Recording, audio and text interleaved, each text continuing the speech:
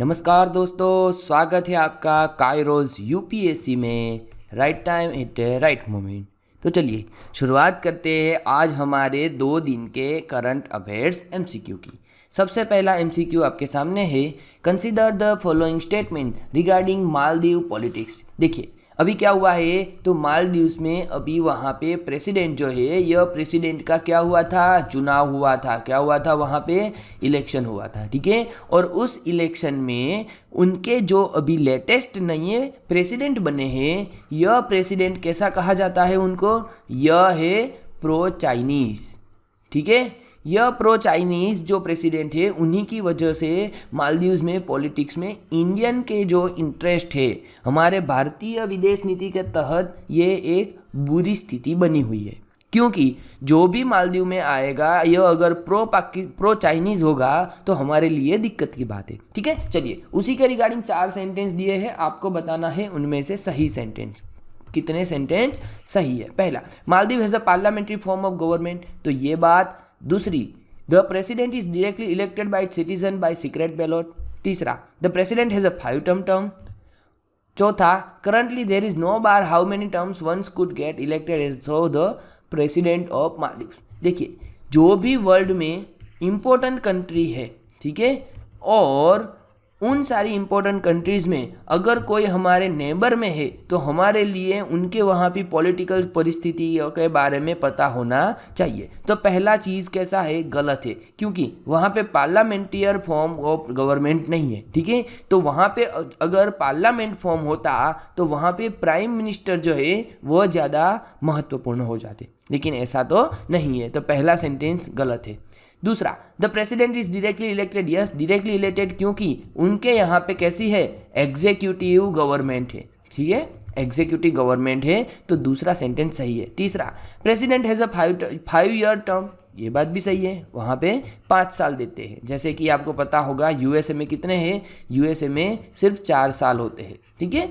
चौथा, currently there is no bar. No bar नहीं भैया, वहाँ पे बार है, मतलब बार मतलब वो नहीं जो आप सोच रहे हो। बार का मतलब ये है कि वहाँ पे आपको मैक्सिमम कैप लगाया हुआ है कि अगर कोई बंदा 5 साल प्लस 5 साल यानी कि कुल मिला के 2 बार अगर वहाँ पे कोई प्रेसिडेंट बन गया है, तो वह तीसरी बार बनेगा नहीं, ठीक है। इसीलिए हमारा चौथा सेंटेंस भी गलत है। तो यहाँ पे पहला गलत है, चौथा गलत है, दूसरा तीसरा सही है। हमें पूछा है कितने सही है, तो भैया ओनली 2।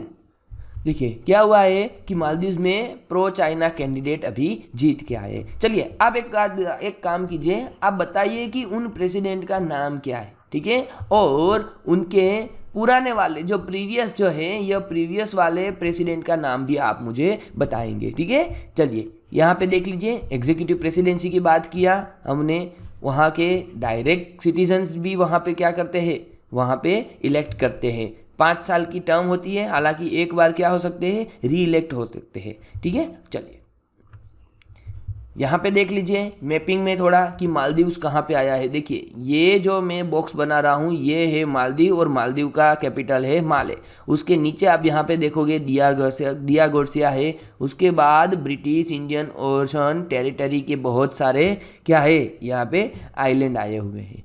यहाँ पे आपको विक्टोरिया दिख रहा होगा, सेशेल्स दिख रहा होगा। उसके नीचे अगर जाओगे तो यहाँ पे मॉरिशस दिख रहा होगा, ठीक है। यहाँ पे कोकोस आइलैंड है, उसके रिगार्डिंग हमने ऑलरेडी एमसीक्यू कर चुके हैं। यहाँ पे क्रिसमस आइलैंड भी दिख रहा होगा। यहाँ पे हमारा अंडमान निकोबार दिख रहा है। यहाँ पे श्रीलंका दिख रहा है। यहाँ पे हमारे लक्षद्वीप वाला एरिया दिख रहा है। यहाँ पे जाओगे तो सोकोत्रो टापू, यहाँ पे यमन दिख रहा है, ठीक है। तो ये है हमारा प्यारा भारत और ये है इंडियन ओशंस, ठीक है। चलिए next MCQ, consider the following statement. 3 sentence दिए हैं, उनमें से आपको बताना है how many sentences are correct. पहला, all subatomic particles can be classified as either fermions और बोसॉन्स। देखिए क्या हुआ है, तो अभी क्वांटम के डॉट्स के ऊपर कुछ रिसर्च चल रही है। तो साइंटिस्ट ने क्या किया है, साइंटिस्ट ने एक जर्नल निकाला हुआ है, तो उसी के रिगार्डिंग हमारे लिए यह एक महत्वपूर्ण एमसीक्यू बन जाता है। तो पहला सेंटेंस बता रहा है कि all subatomic particles can be classified as either fermions और बोसॉन्स। तो ये बात कैसी है, ये बात बिल्कुल सही है। दूसरा, bosons are the building block of matter, क्या यह मैटर को बिल्ड करते हैं? नहीं, यह क्या करते हैं, यह तो फोर्स को कैरी करते हैं। क्या करते हैं, फोर्स को कैरी करते हैं। इसका मतलब क्या हुआ कि बोसॉन्स जो है यह बोसॉन्स हो गए हमारे फोर्स कैरियर। ठीक है, B is equal to FC ऐसा आप याद रख सकते हो। और जो यह हमारा मतलब दूसरा सेंटेंस हमारा कैसा हो जाएगा, गलत हो जाएगा। तीसरा, फर्मियंस आर फोर्स कैरियर, नहीं, ये बात भी गलत है, क्योंकि जो फर्मियंस है यह क्या होते हैं, यह होते हैं बिल्डिंग ब्लॉक ऑफ मैटर। ठीक है, इसका मतलब F is equal to BB, ठीक है, और B is equal to FC। तो यहाँ पे दूसरा और तीसरा सेंटेंस में बोसॉन्स और फर्मियंस को क्या किया है, उलट सुलट कर दिया है। तो हमें पूछा है कितने सेंटेंस सही है, तो भैया सिर्फ एक ही सेंटेंस सही है, only 1 is the correct answer. देखिए क्या हुआ है, तो अभी physicist in Germany have come up with a way to convert the energy difference between the two quantum states of group into a work. ठीक है, और इसी के रिगार्डिंग हमें फर्मियंस और बोसॉन्स के बारे में पता होना चाहिए। फर्मियंस जो कि होता है बिल्डिंग ब्लॉक मैटर्स, और बोसॉन्स जो होते हैं यह बोसॉन्स होते हैं फोर्स को कैरी करने वाले। ठीक है, कुछ एलिमेंट्री बोसॉन्स जैसे कि ग्लूऑन्स हो गया, वह act as a force carriers which gives rise to force between other particles. मतलब एक सिंपल सी चीज़ आपको याद रखनी है, भैया B आया इसका मतलब FC आएगा। ठीक है, जो बोसॉन्स होते हैं यह फोर्स कैरियर होते हैं। चलिए नेक्स्ट MCQ देखते हैं। Which of the following are indicator to use under global hunger index GHI to measures hunger. देखिए क्या हुआ है, अभी इंडिया ने ऑफिशियली रिजेक्ट किया हुआ है और बताया है कि भैया आप जो GHI निकाल रहे हो ना, वो GHI निकालने के टाइम पे इंडिया के जो कंसर्न्स है उनको एड्रेस किया कीजिए, क्योंकि आप ऐसा बता रहे हो कि इंडिया पूरे वर्ल्ड में हंगर में कितने नंबर पे आया है, 111 नंबर पे आया है। इसका मतलब पूरी दुनिया में हमसे अच्छा खाने के बारे में 111 कंट्रीज आगे हैं। इंडिया कहता है कि भैया आपकी जो मेथोडोलॉजी है, क्या है, आपकी जो मेथोडोलॉजी है उस मेथोडोलॉजी में ही दिक्कत है, हमारे यहाँ पे ऐसा चित्र सही नहीं है। चलिए तो उसी के रिगार्डिंग हमें देखना है कि उस मेथोडोलॉजी में क्या क्या इस्तेमाल किया जाता है। क्या वहाँ पे अंडर नरिशमेंट इस्तेमाल करते हैं, मतलब कि ग्लोबल हंगर इंडेक्स में जो हमें काउंट करना है उनके इंडिकेटर के तौर पे अंडर नरिशमेंट इस्तेमाल करते हैं, चाइल्ड वेस्टिंग, चाइल्ड स्टंटिंग और चाइल्ड मोर्टालिटी। ठीक है, तो आपको बताना है इनमें से कितने इंडिकेटर कैसे है, सही है। तो भैया चारों के चारों सही है, यही तो दिक्कत है, मतलब कि हमारा यहाँ पे आंसर हो गया D। ठीक है, ऑल 4 आर करेक्ट। लेकिन इंडिया की नज़रिए से देखें तो देखिए क्या हुआ है कि पूरे वर्ल्ड में हमारा 111 हो गया। अब 111 हो गया मतलब बड़े बड़े लोग, बड़ी बड़ी कंट्रियाँ सोचेंगे कि भैया इंडिया में तो ज़्यादा ही हंगर वाला इश्यू चल रहा है। हालांकि ऐसा नहीं है, क्योंकि आप जो यह इंडेक्स निकाल रहे हो, यह जो GHI निकाल रहे हो, उस GHI में अगर 2/3 या फिर मैं ऐसा कहूँ कि 66% जो आपका इंडिकेटर है, यह इंडिकेटर किनके बेस पे है, चाइल्ड के बेस पे। देखिए यहाँ पे चाइल्ड वेस्टिंग आ गया, चाइल्ड स्टंटिंग आ गया, चाइल्ड मोर्टालिटी आ गया। ठीक है, और ये जो चाइल्ड है यह पूरी इंडिया के पॉपुलेशन का सिर्फ 11% है। मतलब कि क्या हुआ कि आप 11% लोगों का जो मायना निकालते हो उसका फोर्स देते हो 66% पे, और उस 66% पे आने के बाद आप ग्लोबल हंगर इंडेक्स में इंडिया को 111वां स्थान देते हो। ठीक है, तो ये बात सरासर गलत है। चलिए अब जो भी है इंटरनेशनल पॉलिटिक्स है वो भी चलता है, इंडिया भी अपने हिसाब से आवाज़ उठाता रहता है, लेकिन हमारे लिए यह MCQ इम्पोर्टेंट है कि भैया अभी इंडिया को 111वां रैंक मिला है 125 कंट्री में से, और क्या नाम है इसका, ग्लोबल हंगर इंडेक्स 2023। देखिए अंडर नरिशमेंट को देख सकते हैं 1/3 दिया है, चाइल्ड स्टंटिंग देखते हैं 1/6, चाइल्ड वेस्टिंग 1/6, चाइल्ड मोर्टालिटी 1/3, और इसी के बेस पे क्या लॉन्च करते हैं, ग्लोबल हंगर इंडेक्स लॉन्च किया जाता है। ठीक है, बाकी की सारी इन्फॉर्मेशन यहाँ पे दिया हुआ है, आप पढ़ सकते हो। क्या करना है आपको, वीडियो को पॉज करना है और उसके बाद वीडियो को प्ले करना है। आपको दिक्कत है कि सर जी PDF कहाँ पे मिलेगी, तो भैया आप हमारा क्या ज्वाइन कर लीजिए, टेलीग्राम चैनल ज्वाइन कर लीजिए, वहाँ पे आपको सारी PDF मिलती रहेगी।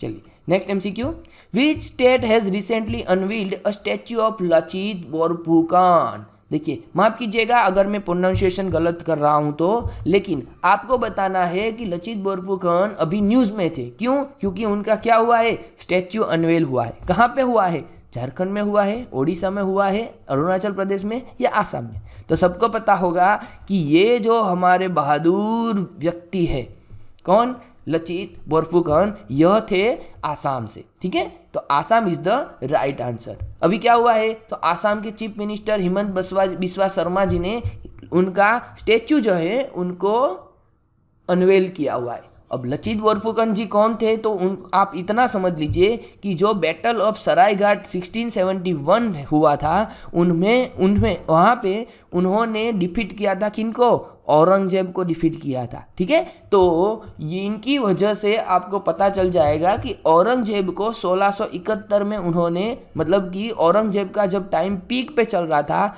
उसी टाइम पे उनको हराया था।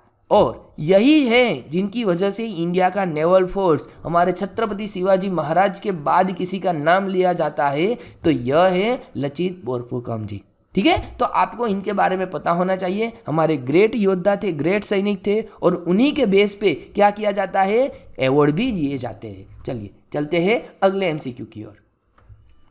Section 153A, 153B, 295A and 505 of Indian penal code IPC are usually invoke in case of. देखिए आपको बताना है कि यह सारी जो IPC की कलम है, यह IPC की कलम किनके उन पर लगती है।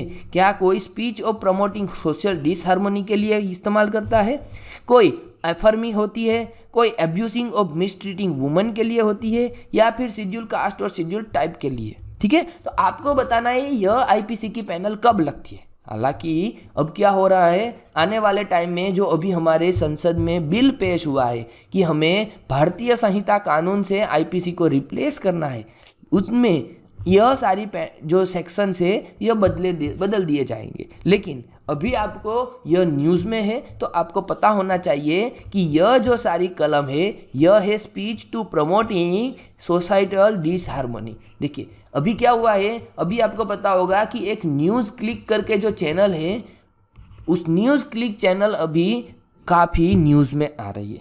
क्यों न्यूज़ में आ रही है, क्योंकि उनके जो एडिटर है, उनके जो डायरेक्टर है, उनकी क्या किया है, अभी धरपकड़ किया हुआ है।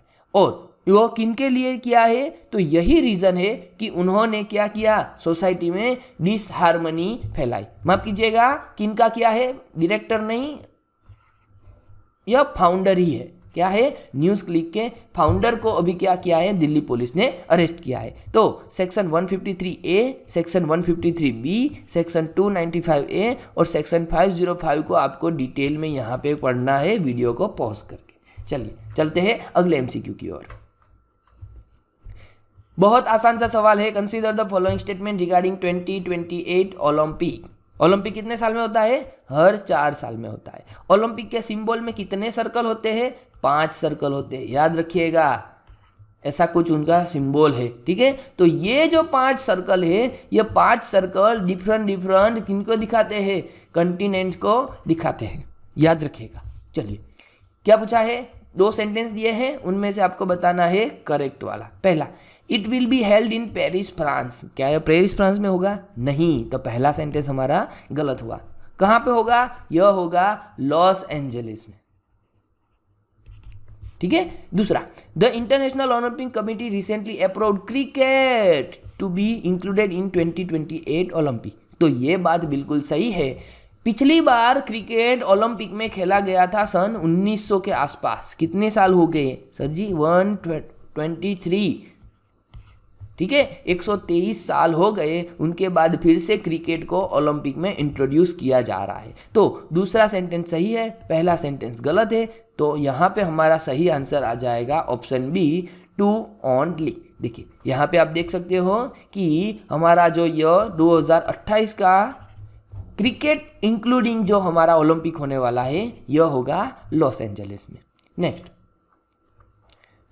The 2006 winner of Nobel peace prize Muhammad Yunus belongs to which country? चलिए बता दीजिए, जो यह मोहम्मद यूनुस जी है कि जिनको नोबेल पीस प्राइज मिल चुका है, कहाँ पे? 2006 के साल का। अब ये 2006 के साल का उनको क्यों मिला है? तो उनको मिला है माइक्रो फाइनेंसिंग की वजह से। किनकी वजह से? माइक्रो फाइनेंस के सेक्टर में काम करने की वजह से उनको मिला है। तो यह कौन से कंट्री से है? इंडिया से है, बांग्लादेश से है, इजिप्ट से है या इंडोनेशिया से है? तो यह है बांग्लादेश से है। कहाँ से है? बांग्लादेश से। अभी क्यों न्यूज़ में था? तो अभी यह न्यूज़ में इसलिए थे कि अभी उनके ऊपर भी अभी एक फ्रॉड करने का आरोप लगाया हुआ है। देखिए, अब देख सकते हो कि ये बंदा जो है, इनको 2006 में नोबेल मिला है और यह उन्हीं के ऊपर बांग्लादेश गवर्नमेंट ने केस फाइल किया है। इनके साथ और भी दूसरे जो डायरेक्टर थे, किनके? ग्रामीण टेलीकॉम के, कि जिन्होंने क्या किया है? उन्होंने miss using of funds from the workers, मतलब कि जो फाइनेंस का कोई घोटाला किया है, उसी वजह से उनके ऊपर अभी फाइल केस हुआ है। चलिए नेक्स्ट एमसीक्यू आपके सामने है। Consider the following statement regarding core inflation. चलिए, कोर इन्फ्लेशन के रिगार्डिंग 2 सेंटेंस है, उनमें से आपको बताना है करेक्ट। पहला, it is the change in the cost of goods and services but it does not include the from the food and energy sector. ये बात सबको पता है कि भैया F&F को काउंट नहीं किया जाता है। F&F का मतलब क्या होता है? फुल एंड फाइनल नहीं, F&F का मतलब होता है फूड एंड फ्यूल, मतलब कि हमारा एनर्जी सेक्टर। तो ये बात सही है। दूसरा, this measures of inflation exclude these items because their prices are much more volatile. बिल्कुल सही है कि भैया इंटरनेशनल रिलेशन में हमारे पास इतना अभी पावर नहीं है कि हम क्रूड के दाम जो है, क्रूड ऑयल के दाम जो है, उनको हम कंट्रोल कर सके। अगर क्रूड का दाम बढ़ गया तो मतलब क्या हुआ? हमारे यहाँ पे एनर्जी सेक्टर का प्राइस बढ़ जाएगा, और अगर एनर्जी सेक्टर का प्राइस बढ़ जाएगा तो उनके पैरेलल और रिपल जो इफेक्ट है, यह सारी दूसरी चीज़ों पे लगेगा, जिनकी वजह से क्या हो जाएगा? जिनकी वजह से हो जाएगा इंडिया में इन्फ्लेशन हो जाएगा। तो यहाँ पे दूसरा सेंटेंस है, ये बात भी सही है। तो क्या आएगा answer? Option C, both 1 and 2 are correct. देखिए क्या हुआ है, तो अभी हमारा जो कंज्यूमर प्राइस इन्फ्लेशन है, यह हमारा 7.4% से कम होके कितना आ गया है? 5% आ गया है। और यह जो 5% है, यह आपको पता है कि आरबीआई की एमपीसी जो है, यह एमपीसी क्या करती है? 4% प्लस और माइनस 2% का रेशियो बना के चलती है। मतलब कि 2 से 6 के बीच में आपके इन्फ्लेशन रहना चाहिए। तो अभी 5% मतलब क्या हुआ? यह लिमिट में आ गया है। ठीक है, चलिए बाकी की इन्फॉर्मेशन आप यहाँ पे पढ़ सकते हो। Next MCQ, Balfour declaration. चलिए बता दीजिए, Balfour declaration is often in news. अरे भैया बहुत न्यूज़ में है। किनके रिगार्डिंग है? पहला, to establish a nation home for jews people. दूसरा, to establish peace and harmony in middle east. तीसरा, recognising the rights of woman and child during the war situations. और चौथा, banning the weapon of mass destruction during the war time. अब मैं आपको इतना बता दूं कि मान लीजिए क्या जो चल रहा है वही बता रहा हूं, कि इजराइल और गाजा पट्टी में जो अभी कन्फ्लिक्ट चल रहा है, उन्हीं कन्फ्लिक्ट के रिगार्डिंग इस क्वेश्चन को हमने फ्रेम किया है। मतलब कि इस एमसीक्यू का जो कंटेक्स्ट है, यह कंटेक्स्ट क्या है? कंटेक्स्ट यह ऊपर वाला एरिया है। ठीक है, तो क्या हुआ? इसका मतलब ये हुआ कि चारों के चारों सेंटेंस अभी कैसा है? कंटेक्स्ट में चल रहा है। तो पहला इसका सही आंसर देखते हैं। सही आंसर है इसका ज्यूज पीपल के लिए एक नेशन एस्टैब्लिश करने का। तो बाल्फोर डिक्लेरेशन जो है, इसी के लिए ऑप्शन ए हमारा बिल्कुल सही आंसर होगा। देखिए क्या हुआ था, 1917 में एक बंदा आया और बोला कि भैया ज्यूज लोगों को अलग से ज़मीन दे दो। ठीक है, और उनके बाद 30 साल बाद, मतलब कि 1917 के 30 साल अगर बाद हम देख लें, तो 1947 के आसपास क्या हुआ था? इजराइल को एक ज्यूज स्टेट मिला जिनका नाम था इजराइल। इजराइल में याद रखिएगा, उनकी एक लैंग्वेज है जिसको हिब्रू लैंग्वेज कहा जाता है। क्या कहा जाता है? हिब्रू लैंग्वेज कहा जाता है। चलिए, तो उनका कंटेक्स्ट सबको पता है। और नाम किन्होंने दिया था, तो 1917 में ब्रिटिश फॉरेन सेक्रेटरी आर्थर बारफोल ने उनका नाम दिया था, किनको, लॉर्ड रॉथस्किल्ड को। और उन्हीं के बेस पे 30 साल बाद क्या हुआ था, इजराइल का क्रिएशन हुआ था। ठीक है, चलिए नेक्स्ट एमसीक्यू आपके सामने है। Consider the following statement regarding commission for air quality management. अभी क्या हुआ है, CSQM की मीटिंग हुई है। ठीक है, तो इस मीटिंग के रिगार्डिंग हमने ये एमसीक्यू आपके सामने लेके आए हैं।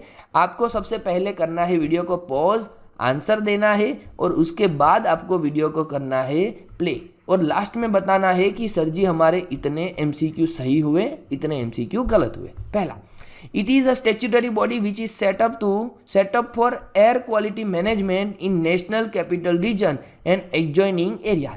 मतलब कि हमारा दिल्ली NCR वाला जो एरिया है, उस एरिया के अगल बगल वाला जो एरिया है, उन सारी जगह पे हमें क्या देखना है, हमारा एनवायरनमेंट एकदम क्लीन होना चाहिए, यह एयर क्वालिटी हमारी अप टू द स्टैंडर्ड होनी चाहिए। तो इसीलिए यह commission for air quality management बनाया गया है। पहली चीज़ सही है। दूसरा, it is headed by the union minister of environment, forest and climate change. देखिए, एनवायरनमेंट मिनिस्टर के पास इतना टाइम नहीं होता है और इनके लिए ये काम हमने किनको छोड़ दिया है, इनको सेक्रेटरी रैंक के ऑफिसर के ऊपर सौंप दिया है। ठीक है, तो दूसरा सेंटेंस हमारा गलत हो जाएगा। चलिए, तो क्या पूछा है, करेक्ट पूछा है, option A is the right answer होगा। देखिए, अभी डॉक्टर PK मिश्रा, जो कि कौन है, प्रिंसिपल सेक्रेटरी है प्राइम मिनिस्टर के, उन्होंने एक मीटिंग को चेयर किया है और वो चेयर कौन सी मीटिंग को किया है, CAQM को किया है, मतलब कि commission for air quality management.